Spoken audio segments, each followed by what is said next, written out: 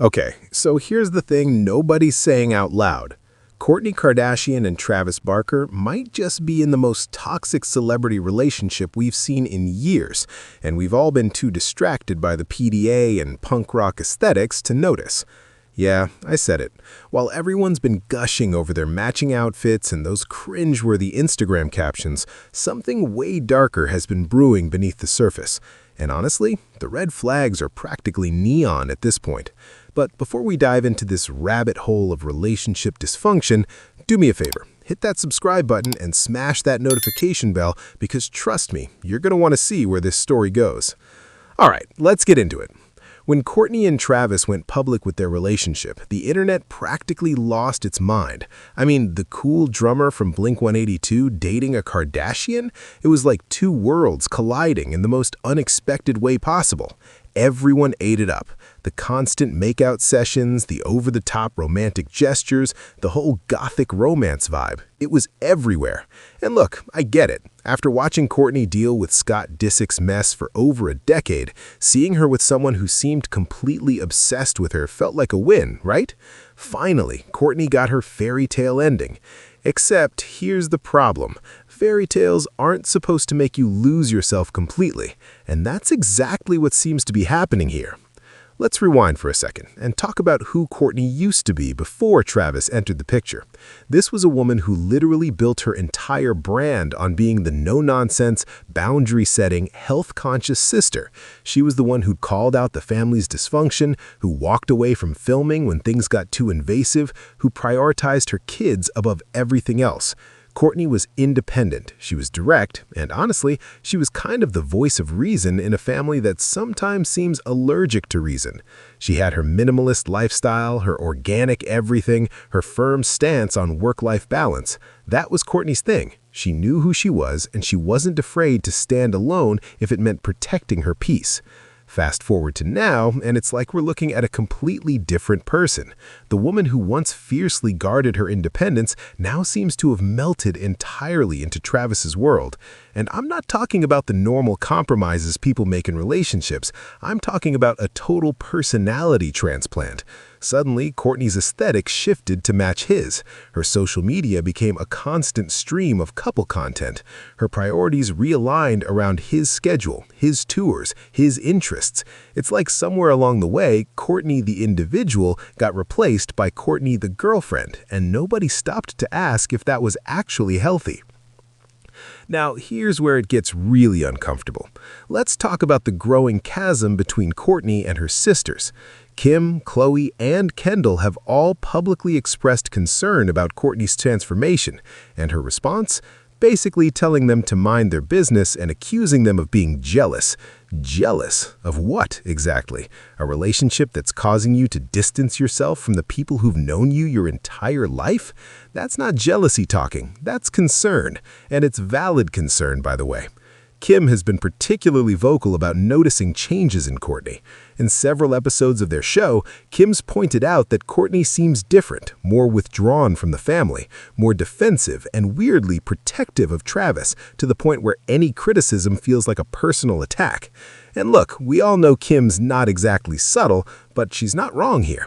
When your sister starts treating reasonable questions about her relationship like acts of betrayal, something's off. When she's choosing her boyfriend over decades of sisterhood without even considering that maybe, just maybe, her family has a point, that's a red flag the size of a billboard. But it gets messier because we need to address the elephant in the room. Travis Barker's very public, very documented obsession with Kim Kardashian before he ever dated Kourtney.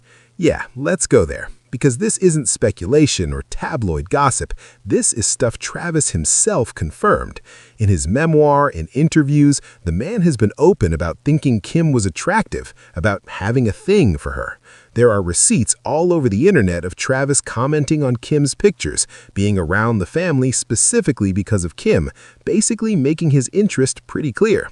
Now, both Travis and Kim have denied anything physical ever happened, and okay, fine, we'll take them at their word on that. But here's the thing. Emotional attraction is still attraction.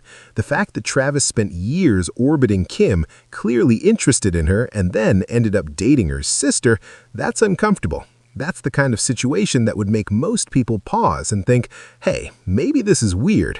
But instead, everyone just kind of glossed over it like it was no big deal. Except it is a big deal, especially when you consider how it might be affecting the dynamic between the sisters. Think about it from Kourtney's perspective for a second. Your boyfriend used to openly crush on your sister. Every time you're all together, that history is sitting there in the room like an unwelcome guest. Every time Travis and Kim interact, you're probably wondering if there's still something there, even if it's just residual attraction or unresolved feelings. And that kind of insecurity, it eats away at you.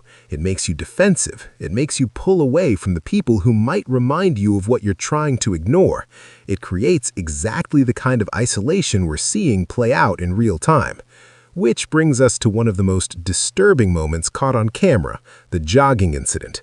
If you haven't seen this clip from their show, buckle up because it's genuinely hard to watch. Kourtney decides to go for a run with Travis, which seems innocent enough, right? Except it quickly becomes clear that Kourtney is struggling. She's out of breath. She's visibly exhausted. Her body language is screaming, "I need to stop." And what does Travis do? He keeps pushing, not in an encouraging, supportive way, in a demanding, almost aggressive way. He's literally physically pushing her forward, telling her to keep going, completely ignoring every signal she's giving that she's at her limit. And here's what kills me about this scene. Kourtney doesn't push back. The woman who used to have no problem telling people exactly where they could shove their opinions is now silently suffering through physical discomfort because her boyfriend won't accept that she needs to stop. She's not setting boundaries. She's not advocating for herself. She's just complying, even though every part of her body is telling her this is too much. That's not love. That's not partnership. That's one person exerting control while the other person suppresses their own needs to keep the peace.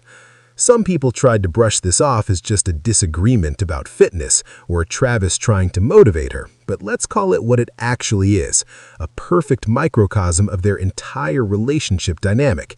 In a healthy partnership, when someone says they're struggling, you listen, you adjust, you respect their limits.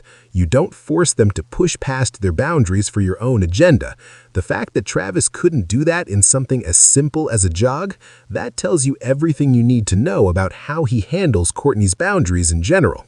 And before anyone comes at me with, "But they look so happy in their photos," let me tell you something. Social media is a highlight reel, not a documentary.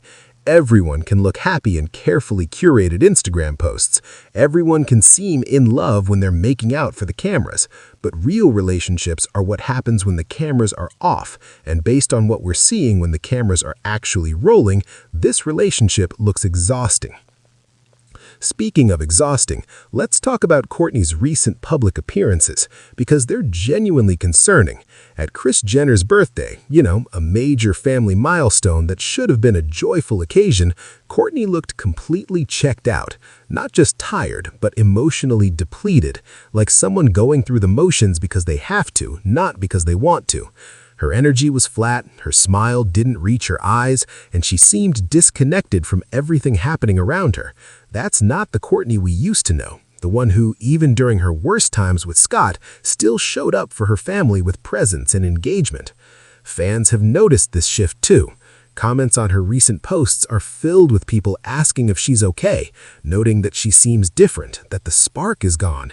And while some dismiss this as people reading too much into things, I think it's worth paying attention to.